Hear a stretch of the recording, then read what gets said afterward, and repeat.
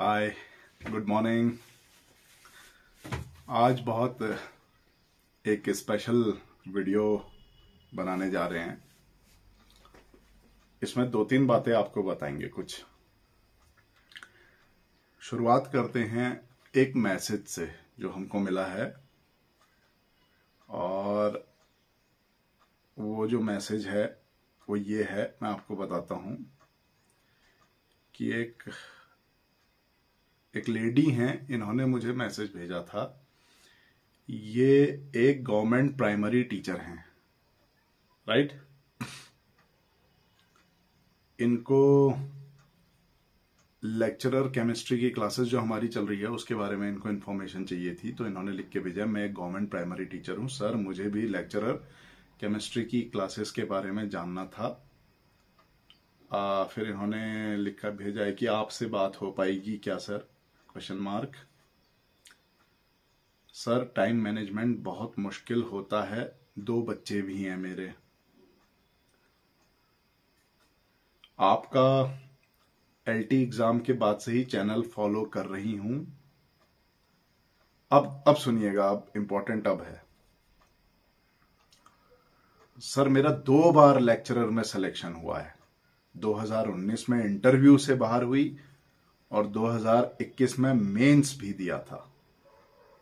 इस बार भी बहुत मन है सर, पर जॉब और फैमिली बच्चों के साथ कैसे होगा सोचकर हिम्मत नहीं हो पा रही है। सर एक बार अपना कॉलिंग नंबर दे देते, बहुत बहुत अच्छा। ये छोड़िए, बाकी मैटर नहीं करता है। तो जो बात मैटर करती है वो ये है कि ये जो महिला हैं, ये ब्रिलियंट लोगों में से एक है। जो ब्रिलियंट किस्म के लोग होते हैं ना समाज में, उनमें से एक हैं। कैसे?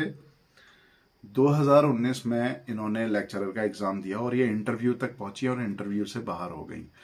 इंटरव्यू से लोग कैसे बाहर हो जाते हैं ये मेरी आज तक समझ में नहीं आया।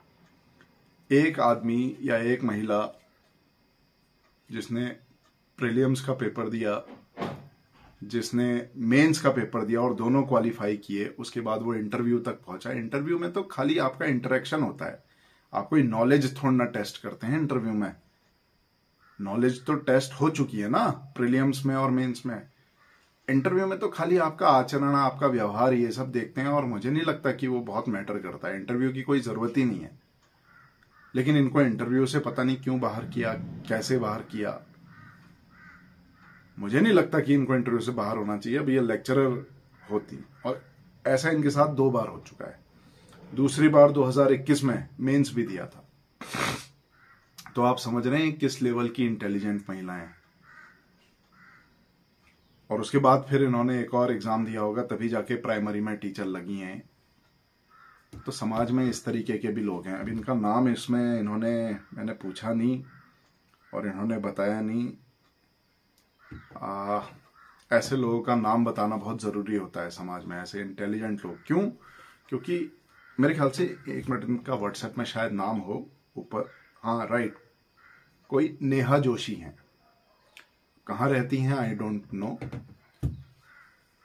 बट ऐसे लोगों का नाम बताना इसलिए जरूरी है क्योंकि इनके अगल बगल जो बच्चे होंगे, जो तैयारी कर रहे होंगे, इनसे भी छोटे जूनियर्स, वो इनसे प्रेरणा लेंगे। और जो विद्वान लोग होते हैं, विद्वान, एक्सट्रीमली ब्रिलियंट किस्म के लोग, उनकी संगत में रहना बहुत जरूरी है। अगर आप ऐसे लोगों की संगत में नहीं रहेंगे, ऐसे लोगों के बारे में आपको जानकारी ही नहीं होगी, तो आप फिर नेगेटिव होते चले जाएंगे। अब इनकी एक बात थोड़ी सी ये है, निराशाजनक ये है कि ये थोड़ा हिम्मत हार रही हैं। अब देखिए, मैं समझ सकता हूं आपकी कि आप इतनी टेंस्ड हैं और घर भी आपको देखना है, फैमिली भी आपको देखनी है, बच्चों का भी आपको करना है, उसके बाद भी फिर पढ़ाई करनी है। तो पढ़ाई करना तो दोबारा पहाड़ चढ़ना जैसा होता है ना। जैसे आप किसी पहाड़ पे चढ़िए और अगर आप ऊपर टिक नहीं पाए तो आप फिसल के वापस नीचे बेस पे गिर जाते हैं, तो दोबारा फिर आपको पहाड़ चढ़ना पड़ता है। सेम पढ़ाई के साथ भी बिल्कुल वैसा ही है। अगर आप किसी एग्जाम में फेल होते हैं तो ये थोड़ा है कि आपको थोड़ा सा पढ़ना पड़ेगा। नहीं नहीं नहीं, पढ़ाई आपको फिर से दोबारा से शुरू करनी पड़ेगी, जीरो से। कहाँ चूक हुई वो फिर आपको धीरे धीरे खुद ही पता चलेगा। देखिए, आप मुझसे कोचिंग के बारे में पूछ रही हैं, मुझे ऐसा लगता है, ये मेरी पर्सनल फीलिंग है कि आपको कोचिंग की जरूरत नहीं है और मैं आपको पढ़ाऊंगा भी नहीं, क्योंकि आपको जरूरत नहीं है। आप खुद में इतनी सक्षम हैं कि आप पढ़ के दोबारा एग्जाम निकाल लेंगी। हाँ, गाइडेंस की कहीं पर जरूरत हुई, कोई कॉन्सेप्ट केमिस्ट्री के, ऑर्गेनिक केमिस्ट्री, फिजिकल या इनऑर्गेनिक केमिस्ट्री के कहीं पर इस तरीके की कोई बात हुई कि कोई कॉन्सेप्ट आपकी समझ में नहीं आ रहा है, तो I am always there for you. हम बताएंगे आपको, क्यों नहीं बताएंगे, डिस्कस करेंगे जितना मेरी समझ में आएगा। लेकिन आप तैयारी खुद ही करिए। ये आपकी अकेले की लड़ाई है, आपकी अकेले की मेहनत है और इसमें आप सफल हो जाएंगी। मैं स्टैम्प पेपर पे अगर आज आप मुझसे मांगे लिख के, तो मैं आपको आज ही स्टैम्प पेपर में लिख के दे दूंगा कि आप within 1 or 2 years, within couple of years, you are going to be selected in the lecturer exams, और maybe you should try for the NET examination also. आप एक बार net की भी तैयारी करिए। आप नेट एग्जाम के लायक material हैं, आप दिमाग आपका इतना सुपर फाइन क्वालिटी का है, तो आप प्लीज, ये मेरी हम्बल आपसे रिक्वेस्ट है कि आप ऐसे पढ़िए। और मुझे बहुत अच्छा लगा आपकी स्टोरी सुन के, और ये दूसरों के लिए प्रेरणा बनेगी। जो भी ये वीडियो देख रहे हैं वो आपसे ना प्रेरणा लेंगे कि देखो, एक बार एग्जाम में फेल हुई, और वो भी सुई की नोक के बराबर की वजह से फेल हुई होंगी। आप कोई भारी ऐसा कुछ नहीं है, इंटरव्यू आपने फेस किया हुआ है, उसके बाद दूसरी बार भी आपका थोड़ा बहुत कुछ 19-20 रह गया, तीसरी बार आपने मेरे ख्याल से दूसरा कोई पेपर दिया तो आप प्राइमरी में गवर्नमेंट टीचर बन गई। तो आपके भाग्य में तो है ही, अब वो कब मिलेगा, बस समय का थोड़ा हेर फेर हो रहा है आगे पीछे, वो आपको हो ही जाएगा। लेकिन आप मेहनत करना मत छोड़िए। और भी मेरे पास मैसेज आए कि एक मैसेज आया, अब इनका नाम बताना जरूरी नहीं है क्योंकि ऐसी बातों में नाम नहीं बताते। ये कह रही हैं कि इनको मुझसे केमिस्ट्री पढ़नी है और इनके जो हस्बैंड हैं वो मेरे ख्याल से प्राइवेट जॉब में थे, अब प्राइवेट जॉब भी छूट गई है, तो फाइनेंशियली बड़ा स्ट्रेन है। तो ये पढ़ाई करके कोई एग्जाम क्वालिफाई करके अपने पैरों पे खड़ा होना चाहती हैं और अपने परिवार के लिए एक सपोर्ट बनना चाहती हैं। देखिए कितनी अच्छी सोच है।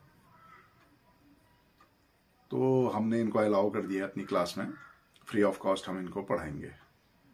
बट अब क्या हो रहा है ना, एक प्रॉब्लम ये हो रही है कि जिस प्लेटफॉर्म पे हम लोग पढ़ाते हैं, जैसे हम तो टीचमेंट पे पढ़ाते हैं, तो टीचमेंट वाले क्या हैं, थोड़े से चालाकी कर रहे हैं। वो क्या कह रहे हैं कि पहले टीचमेंट हमसे क्या करता था, वो कहता था हमसे एक प्लान खरीद लीजिए साल भर के लिए और आप कितने भी बच्चे पढ़ाइए, उससे हमें कोई मतलब नहीं है। तो हम लोग क्या करते थे, एक प्लान उनका खरीद लेते थे प्लेटफॉर्म का, ऑनलाइन टीचिंग का पढ़ाने के लिए। अब टीचमेंट वाले थोड़ा सा चालाकी ये कर गए हैं, वो कह रहे हैं कि नहीं जी, जितने बच्चे आपके जुड़ेंगे हर बच्चे के हिसाब से आपको हमको पे करना पड़ेगा। तो मुझे थोड़ा सा ये डर हो रहा है कि जो फ्री क्लासेस हम चलाते हैं अब ये फ्री नहीं रह पाएंगी। तो जो भी वो टीचमेंट वाले मांगेंगे पैसा उनके प्लेटफॉर्म का, वो आप लोग को देना पड़ेगा। बाकी मुझे 1 रुपया नहीं चाहिए। अब वो कितना कहते हैं, क्या कहते हैं, वो उनके ऊपर है। अभी तक तो हमारे पास ऐसा नोटिफिकेशन कोई आया नहीं है। अब आएगा जैसे ही नोटिफिकेशन कोई या कुछ बताएंगे तो मैं आपको अपडेट करूंगा। तो ये थोड़ा सा गड़बड़ हो रहा है। और वैसे भी हम टीचमेंट पे क्यों पढ़ाएंगे, फिर हम क्लास प्लस या दूसरा कोई इस तरीके का ऑनलाइन प्लेटफॉर्म ढूंढेंगे जो ज्यादा बेहतर है। तो बदमाश लोग दुनिया में हर जगह होते हैं, कहीं एक जगह नहीं, मतलब हर जगह, हर फील्ड में मैंने ये देखा है कि लोगों के अंदर बदमाशी, कूटनीति, गंदगी, मैल ये भरा हुआ रहता है। इन लोगों से लड़ना पड़ता है। एक बार की स्टोरी बताता हूं आपको। मैं एक कोचिंग इंस्टीट्यूट में पढ़ाता था, नहीं पढ़ाता नहीं था एक्चुअली, वो कोचिंग वाला ही मेरे पास आया था कि आप पढ़ा देंगे। और तो मैंने उससे कहा क्यों नहीं पढ़ा दूंगा, बिल्कुल 1 घंटे का समय था मेरे पास दिन भर में, तो 1 घंटा मैं फ्री था। मैंने कहा मैं आके पढ़ा दूंगा। तो बहुत पुरानी बात है। तो मैंने उससे पूछा कि पैसा कितना देंगे आप। तब उसने मुझे प्रॉमिस किया था एक क्लास का शायद 20,000 रुपीज, उसने कुछ इस तरीके की बात हुई थी कि एक क्लास आप पढ़ाएंगे 1 घंटे की तो 20,000 दे देंगे। मंडे टू फ्राइडे आप पढ़ाएंगे, सैटरडे संडे ऑफ रहेगा। तो मैंने कहा ठीक है पढ़ा देंगे, ये हल्द्वानी की बात है। तो मैंने पढ़ाया, मैं गया पढ़ाने लगा। मैं वो जो वहाँ एक मुझे फिजिक्स वाले सर मिले, बड़े अच्छे थे, उनसे मेरी बहुत अच्छी दोस्ती हुई। बहुत अच्छे बढ़िया आदमी, बहुत बढ़िया व्यक्ति थे, अभी भी हैं। इनफैक्ट कहीं कोचिंग्स कहीं पढ़ा रहे होंगे, तो उनके साथ मेरी बड़ी अच्छी दोस्ती भी। तो एक दिन अचानक से क्या हुआ कि कुछ 1.5 महीना मैंने वहां पढ़ाया और उस व्यक्ति ने पैसा नहीं दिया। ठीक है, तो मैंने जब उससे पूछा कि सर आपने पैसा नहीं दिया है अभी तक, तो वो ढुलमुल ढुलमुल जवाब देने लगा। फिर मैंने भी पढ़ाना छोड़ दिया, मुझे लगा ये पैसा तो देगा नहीं। तो मैंने फिर उससे संपर्क करने की कोशिश की, तो वो मेरा फोन भी ना उठाए। तो बहुत बदमाशी पे उतर आया, बदतमीजी करने लगा, नशे में रात को अनाप शनाप बातें करता था। तो एक दिन सुबह फिजिक्स वाले सर के साथ में बैठा था, तो मैंने उनसे पूछा यार हमारी ही किस्मत में गंदे लोग क्यों आते हैं, ऐसा क्यों है, समाज में अच्छे लोग हमको क्यों नहीं मिलते हैं, हमने किसके साथ क्या बुरा किया है। तो फिजिक्स वाले सर का जवाब देखिए मुझे आज तक याद है। उन्होंने बोला देखो कि जब किसी गंदी चीज का संहार होना होता है ना, खत्म करना, तो वो हमेशा अच्छी चीज से टकरा जाता है। पूरी दुनिया में रावण को क्या राम ही रह गए थे मिले सीधे साधे लड़ने के लिए, ये उनके शब्द थे। उन्होंने बोला देखो राम ने रावण को खत्म करना था, बुराई का खत्म, बुराई का अंत करना था, इसीलिए दोनों आपस में मिले। तो वही रीजन है कि यहां आपको लग रहा है कि ये गंदे लोग आपसे टकरा रहे हैं, क्या पता इसी में इस गंदगी का अंत छिपा हो। तो उनके शब्द मेरे कानों में ना गूंज गए। मैंने कहा यार ये आदमी वेरी इंटेलिजेंट, इतना गहरी बात बोल गया है आदमी, जिस बात को मैं समझ ही नहीं पाया कभी। हमेशा अपने आप को कोसते रहता था कि ये गंदे लोग हमको क्यों मिलते हैं, उसका इतना सॉलिड इस आदमी ने रीजन दे दिया है। उसी समय मैं उठा, मैंने फोन किया उसको, मैंने कहा आप सर मुझे मेरे पैसे रिटर्न करिए या करिए। तो उसने फोन नहीं उठाया, एक्चुअली उसका एक चमचा था, उसने फोन उठाया। तो मैंने कहा यार हमारे पैसे हमको दो, नहीं तो हम कुछ करेंगे, फिर तुम्हारा इलाज कुछ कानूनी तौर पे कुछ करेंगे। तो वो थोड़ा घबरा गया। घबराने के बाद वो दौड़ दौड़ के आया, उसने मेरे को एक 30,000 रुपये करीब बनते थे 1.5 महीने के, तो उसने 30,000 रुपये का एक चेक मेरे को साइन करके दे दिया। ठीक, अब मैंने भी जल्दबाजी में वो चेक ले लिया। अब मैं जब चेक लेके बैंक पहुंचा, मैंने सोचा इसको कैश कराते हैं, तो वहां पता चला वो चेक जो है वो 3 महीने बाद की डेट का दे दिया उसने। और मैं उस समय जब मैंने वो चेक लिया तो मेरे ध्यान ही नहीं था डेट। अरे मैं बड़ा परेशान हुआ, मैंने कहा यार ये कहाँ आसमान से टपके और खजूर पे अटक गए। खैर कोई बात नहीं, 3 महीने तक हमने वेट किया। 3 महीने बाद जब हमने वो चेक लगाया तो वो चेक बाउंस हो गया। ठीक है, डिसऑनर हो गया, कानूनी भाषा में उसको डिसऑनर होना बोलते हैं। तो फिर मैंने उसको कॉल किया। कॉल करने पे उसने बिल्कुल ऐसे धुतकार दिया कि जाओ हम कुछ नहीं जानते, ये नहीं जानते, वो नहीं जानते। मैंने कहा अच्छा चलो ठीक है। फिर इत्तेफाक से क्या था, वहां एक इंस्पेक्टर था जो मेरा बहुत अच्छा दोस्त था ये हल्द्वानी में भोटिया पड़ाव चौकी है, वहां की बात बता रहा हूं मैं आपको, पुलिस चौकी। तो मैंने उनसे डिस्कस किया, मैंने कहा यार क्या करना चाहिए। तो उन्होंने कहा एक बार मुझे उनका नंबर दे दो, मैं बात करता हूँ। तो उन्होंने फ़ोन किया और कहा मैं चौकी से बोल रहा हूँ, आपके खिलाफ ऐसी ऐसी कंप्लेंट आई है, आप कुछ फाइनेंशियल मैटर है, आप इसको सुलझा लीजिए, नहीं तो फिर वो कोर्ट केस होगा और आप लोगों को थोड़ा सा परेशानी होगी। तो जहां पुलिस इन्वॉल्व हुई वहां वो डर गया, दौड़ दौड़ के आया, पैसा लेके आया, पैसा भी दिया, चेक भी ले गया। और पुलिस वालों ने थोड़ा उसको डांट डपट किया, क्योंकि वो पुलिस वालों से भी थोड़ा बदतमीजी कर रहा था। बहुत डांटा पुलिस वालों ने, बहुत, मुझे बड़ा अच्छा लगा, मतलब I was very much satisfied. ठीक है, फिर बात गई हो गई। ठीक उसी दिन रात को ये व्यक्ति शराब के नशे में 2-4 लोगों के साथ हल्द्वानी की सड़कों पे गाड़ी चला रहा था और कहीं फंस गया, कहीं एक्सीडेंट हुआ, कुछ हुआ। और किस्मत देखिए, उसी पुलिस वाले जो मेरे पहचान के थे, परिचित, उन्हीं के हत्थे चढ़ गया। फिर पुलिस वालों ने इनको थोड़ा रात भर थाने में रखा और इनकी अच्छे से खातिर करी। जो मैंने सुना, जो मुझे पता चला, बहुत अच्छे से खातिर करी इनकी। और जिसके साथ इन्होंने एक्सीडेंट किया था वो भी हल्द्वानी का एक कोई आदमी था और बड़ा सीधा साधा था। तो ये गंदे लोग अच्छे लोगों से ही टकराते हैं हमेशा। तो पुलिस वालों ने इनकी इतनी ज्यादा खातिर करी कि ये विद इन 2 डेज हल्द्वानी छोड़ के भाग गए। तो वो गंदगी जो थी हल्द्वानी की, वो परमानेंटली गायब हो गई। आप समझ रहे हैं, रावण का संहार हो गया। तो गंदे लोग जो होते हैं, जब वो अच्छे लोगों से टकराते हैं तो मान के चलिए वो अपने विनाश को बुला रहे हैं। ये बिल्कुल, देखिए, अब बीइंग अ साइंस स्टूडेंट इस तरीके की बातें करना हमको शोभा नहीं देता, ऐसा ये लोग कहते हैं। But I don't care, it's all about Karma. एक चक्र है, एक साइकिल है, कभी ऊपर कभी नीचे। ठीक है, आपके जो बुरे कर्म होते हैं वो लौट के आपको दोबारा डंक मारने के लिए वापस आ जाते हैं। ये हमेशा होता है, होता था, होता रहेगा। ठीक है, हम लोग एक दूसरे से जुड़े हुए हैं। तो मैं, जैसे ही मेरे को पता चला कि वो हल्द्वानी छोड़ के भाग गया, तो मैं फिजिक्स वाले सर जिन्होंने मेरे को बताया था ना कि बुरे लोग अच्छे लोग टकराते हैं, तो मैं उनके पास गया। मैंने बोला, सर आपने जो बात बोली थी ना, मैं उसको बड़ा अच्छे से यहां पर कोरिलेट कर पा रहा हूं। ये बुरा व्यक्ति मुझसे टकराया, मैंने इसको थाने में बुलाया, थाने में वो इंस्पेक्टर इससे टकराया और बदकिस्मत से ये उसी इंस्पेक्टर से दोबारा उसी रात को टकरा गया।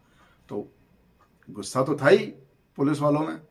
तो पुलिस वालों ने उनकी थोड़ा अच्छा सा ट्रीटमेंट किया, इलाज किया, और ये बेईमान व्यक्ति शहर छोड़ के ही चला गया, कोचिंग छोड़ के भाग गया, सब चला गया दूर, कोई अता पता नहीं है उसका।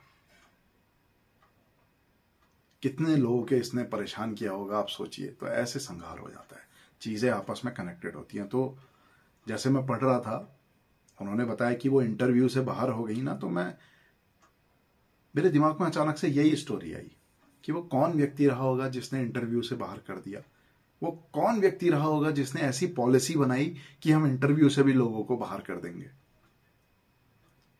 तो बड़े गंदे लोग हो गए ना समाज में, घिनौने लोग जो किसी का भला नहीं चाहते हैं। इंटरव्यू नाम की चीज ही नहीं होनी चाहिए भाई। एग्जाम दो, आप 2 एग्जाम ले लो, प्री भी ले रहे हो, मेंस भी ले रहे हो। मेंस में जो पास हो जाता है, मेरिट बन जाती है, उन सबको सेलेक्ट करो, खत्म। इंटरव्यू लेके बदमाशी करना, तो ये तो पाप है, ये तो सजा मिलेगी, अवश्य मिलेगी। मैं बिल्कुल इस बात को मैं प्रबल तौर पे कह सकता हूं, मतलब बिल्कुल फोर्सफुली इस बात को मैं आपके सामने रख सकता हूं कि ऐसे लोग समाज के लिए ठीक नहीं होते हैं। अब फिर वही बात आ जाती है कि आप फिर आध्यात्मिक बातें करने लग जाते हैं, भगवान होते हैं, नहीं होते हैं। अब इसमें देखिए तुलसीदास जी क्या कहते हैं। तुलसीदास जी ये कहते हैं कि जो राम भगवान आपको दिख रहे हैं दशरथ की गोद में, वो वहां एग्जिस्ट ही नहीं करते हैं। ये तो आपकी भक्ति है कि आप उनको वहां देख पा रहे हैं, समझ रहे हैं। फॉर एग्जाम्पल, जैसे ये मोबाइल फोन है, ये मोबाइल फोन यहां पर एग्जिस्ट नहीं करता है, क्योंकि मैं यहां पर मोबाइल फोन देखना चाहता हूं, इसलिए ये एक मटेरियल फॉर्म में मुझे यहां पर दिख रहा है। तो तुलसीदास जी ऐसा कह के चले गए। रामचरितमानस में कोई दोहा भी है, ठीक वैसे ही उन्होंने समझाया है। जैसे सूरज का रिफ्लेक्शन जो होता है पानी में पड़ता है, तो पानी में भी सूरज दिखता है ना। आप देख रहे हैं इसलिए वो दिख रहा है, आप नहीं देखेंगे तो नहीं दिखेगा। तो वैसे ही भगवान के बारे में ये बता के गए हैं।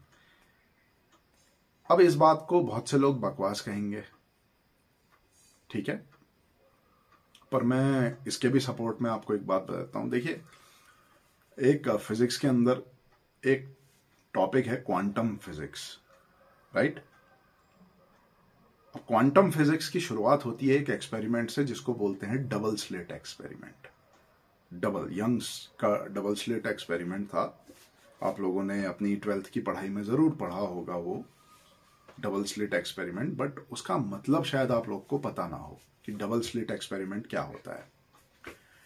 देखिए, डबल स्लिट एक्सपेरिमेंट में ये है कि एक पतली सी छेद बनाया और उससे लाइट फेंकी और पीछे स्क्रीन लगा दी। जब लाइट यहां से गई, ठीक है, तो स्क्रीन पे उसका डॉट नजर आया। क्लियर। अब इस एक्सपेरिमेंट में दो बातें क्लियर हुई कि लाइट वेव है या पार्टिकल है। ठीक है, तो जब एक स्लिट लगाई तो वो इंटरफेरेंस पैटर्न इस तरीके के दिखे, जब दो स्लिट लगाई तो डॉट अलग अलग दिखे, वेव के पैटर्न। अब ये एक्सपेरिमेंट ऐसे समझा पाना वीडियो में तो थोड़ा सा टफ है। कभी इसका टीचमेंट पे ही मैं कोई क्लास में वो वीडियो बना के ना व्हाइट बोर्ड पे वो आपको समझा दूंगा, या आप लोग देख लीजिएगा कभी यूट्यूब पे, there are lots of videos double slit experiment. तो इसका जो सार है मैं आपको वो बता देता हूं। साइंटिस्ट ने इस एक्सपेरिमेंट को जब देखा तो उनको ये बात बड़ा मतलब चकराने वाली लगी कि लाइट वेव है या पार्टिकल है, ये हमारी समझ में नहीं आ रहा है।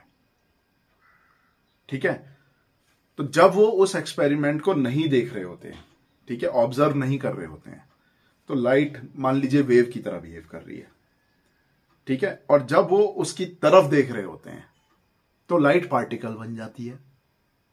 यानी कि जब उन्होंने कैमरा लगाया इसको रिकॉर्ड करने के लिए तो लाइट बिल्कुल पार्टिकल नजर आई, पार्टिकल की तरह। और जब उन्होंने कैमरा हटाया तो एक्सपेरिमेंट में वहां पर जो स्क्रीन में पैटर्न बने, ऑब्जर्वेशन जो हुआ वो वेव की तरह था। यानी कि क्वांटम फिजिक्स ये कहती है कि कोई भी चीज एग्जिस्ट करती है, क्वांटम फिजिक्स कह रही है। हाँ, क्यों? क्योंकि आप उसे देखना वैसे चाहते हैं।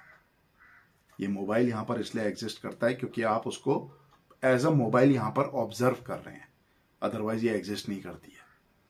ये भी क्वांटम फिजिक्स कहती है। तो अब तुलसीदास जी ने जो कहा और क्वांटम फिजिक्स जो कह रही है उसमें अंतर कहां रह गया? कहीं कुछ खास अंतर तो रह नहीं गया। भाव वही है, सार वही है। इसीलिए मैं कहता हूं ना, अच्छे कर्म करिए, अच्छे लोगों की संगत में रहिए। अब ये नेहा जोशी जी जो हैं, इनके अगल बगल जो भी लड़के लड़कियां हैं छोटे छोटे, वो इनके संपर्क में रहें, ऐसे लोगों के संपर्क में रहें, अच्छा मिलेगा फल, सब अच्छा मिलेगा। और पढ़ाई में बहुत फोकस रहें, पढ़ाई में बहुत ज्यादा आप इन्वॉल्व रहें। हमारी क्लासेस तो बहुत अच्छी चल रही हैं, टच वुड। बच्चे, मतलब मैं बच्चों से बहुत सेटिस्फाइड हूं। इस बार का जो हमारा एक नया बैच बना है वो पिछले बैचेस जो थे उनके कंपैरिजन में ये थोड़ा सा तगड़ा बैच आया, क्योंकि हमारे पास जुड़े ही वही लोग हैं जो बहुत सीरियस हैं। वरना हमसे कोई क्यों जुड़ेगा? हमारे ऑनलाइन वीडियो देख के थोड़ा ना हमसे जुड़ेगा। जिनको लगा, जिन्होंने हमारे वीडियो देख के हमको ऑब्जर्व किया, उनको ऐसी वाइब्स आई कि हाँ मुझे इन्हीं से पढ़ना है, तो उन लोगों ने हमसे संपर्क किया, हमारी क्लासेस ज्वाइन की, और क्लासेस ज्वाइन करने के बाद उन्होंने बहुत अच्छा परफॉर्म किया।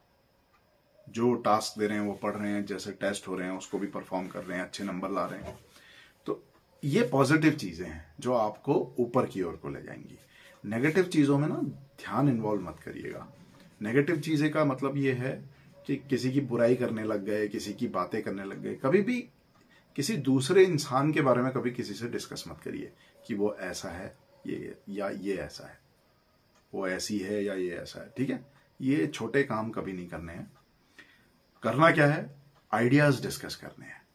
आइडियाज, यार ये आइडिया है और ये मेरे दिमाग में ऐसा चल रहा है, ऐसा कर ले। तो भले ही घर के अंदर छोटे से छोटा आइडिया क्यों ना हो, जैसे अरे मेरे दिमाग में ये आइडिया आया कि पर्दे का कलर ये होना चाहिए, मेरे दिमाग में ये आइडिया आया है कि चम्मच यहां नहीं रखो, इधर रखो।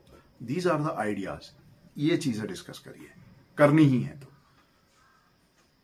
जिस मोमेंट आप डिस्कस करने लग जाते हैं ना कि वो आदमी कैसा है, ये कैसा है, वो कैसा है, उस मोमेंट आप नेगेटिविटी की तरफ भागते हैं। और ये बात मैंने तो सीखी, मुझे किसी ने सिखाई नहीं, बट मैंने अपनी लाइफ के ऑब्जर्वेशन से ये बातें सीखी। तो थोड़ा कम करना चाहिए ये बातें, इन चीज़ों में कोई बात नहीं रह गई है। सिर्फ आइडियाज डिस्कस करिए, कुछ नई चीज़ खोजने की कोशिश करिए। पढ़ाई के ही अंदर कितनी नई चीज़ मिलेंगी। तो आज का वीडियो इसी टॉपिक पे था। वैसे 2-4 बातें और बतानी थी, अब वो नेक्स्ट वीडियो में बताऊंगा। जैसे हम लोग छोटे बच्चों के लिए भी कोचिंग शुरू करने जा रहे हैं, 9th और 10th के लिए, जो क्लास में पढ़ते हैं 9th-10th वाले, उनके लिए भी साइंस की एक ऑनलाइन स्टार्ट करने जा रहे हैं, बिल्कुल सस्ती कीमत पे। आजकल के देखिए ट्यूटर जो हैं, ट्यूशन वाले, वो बहुत महंगी फीस ले लेते हैं छोटे बच्चों में। तो हम मिनिमम 500 रुपीज मिनिमम, इससे इतना कीमत रखेंगे, और जो दे सकता है ठीक है, जो नहीं दे सकता है उसके लिए भी फ्री कर देंगे। तो हम छोटे बच्चों को साइंस पढ़ाएंगे, 9th 10th 11th 12th, right. 11th 12th का तो अभी स्टार्ट नहीं करेंगे। 11th 12th की जगह हमारा नीट का एक बैच चलता है जो मेडिकल के लिए पढ़ते हैं, 11th 12th भी स्टार्ट करेंगे। तो साइंस, और अब मेरे पास थोड़ा एक आधा घंटा भी एक्स्ट्रा निकल जाए तो मैं मैथ्स भी कोशिश करूंगा 9th-10th वालों को पढ़ाने की। 1-1.5 घंटा अगर मेरे पास निकल जाता है एक्स्ट्रा तो हम ये शुरू करेंगे। क्यों? उसकी वजह यह है, 9th और 10th से ही अगर मैं आपकी नींव अच्छी बना दूं, समझ रहे हैं, तो आपकी जो बिल्डिंग बनेगी ना समाज में, वो सबसे अच्छी बनेगी, मजबूत बनेगी, बढ़िया बनेगी। आपको हम सिखाएंगे कि लालच नहीं करना है, आपको हम सिखाएंगे कि गंदी आदतों में नहीं पड़ना है, आपको हम सिखाएंगे असली साइंस क्या है, किस तरीके से पढ़ी जाती है, क्या तरीका है, करियर किस तरीके से बनते हैं, कहाँ कहाँ जाया जाता है। तो मतलब समझ रहे हैं कहाँ कहाँ कौन कौन सी लैब में आप साइंटिस्ट बन सकते हैं, प्रोफेसर बन सकते हैं, फलाना फलाना तरीके के जो करियर हैं, करियर काउंसलिंग के तौर पे ये हम शुरू करने जा रहे हैं 9th और 10th के लिए, बच्चों के लिए। तो आपके परिचित जो भी 9th-10th में बच्चे पढ़ रहे हैं, आपके खुद के बच्चे होंगे, तो आप हमसे संपर्क कर सकते हैं हमारे कॉन्टैक्ट नंबर पे 6396007220। इस पे आप व्हाट्सएप करिए, कॉल करिए। तो धीरे धीरे करके हम एक समाज को अच्छे लोग, अच्छी फौज तैयार करेंगे जहां लोग अच्छे होंगे। और आप में से बहुत से लोग जो आने वाले 1-2 साल के अंदर सेलेक्ट हो ही जाएंगे, ये मेरी आशा है। आप लोग जब किसी पद में आएंगे ना, तो आप कसम खा के पहले दिन से बैठिएगा कि मैं किसी का काम नहीं अटकाऊंगा, या काम किसी का नहीं अटकेगा मेरी वजह से। मेरे ऊपर का बॉस जो करे करे, लेकिन मैं अपनी तरफ से वो काम पहले करूंगा। वो दरवाजे पे कोई मेरी चौखट पे अगर खड़ा हो जाएगा फाइल लेके, तो मैं वहीं उसी समय वो साइन करके निपटा दूंगा या निपटा दूंगी। मेरी वजह से कभी कोई परेशान नहीं होगा। जिस दिन आप ये प्रण लेके अपने ऑफिसेज में बैठेंगे, उस दिन समाज देखिएगा बदलने लग जाएगा। आज की डेट में आप किसी भी ऑफिस में जाइए, XYZ कहीं भी चले जाइए, तो इतने एरोगेंट, इतने घमंडी, ऐसी गंदी बुद्धि के लोग बैठे हैं उन ऑफिसेज में कि जिसकी आप कल्पना नहीं कर सकते हैं। इंसान इंसान को परेशान कर रहा है हर जगह, हर विभाग में। मतलब आप पॉलिसी ऐसे बन रही है कि कैसे ना कैसे इस इंसान को लूटो, परेशान करो। तो ये सब नहीं करना है। तो चलिए आज का वीडियो इतना ही बनाते हैं। और मेरा नंबर 6396007220 है। ठीक है, चलिए, थैंक यू।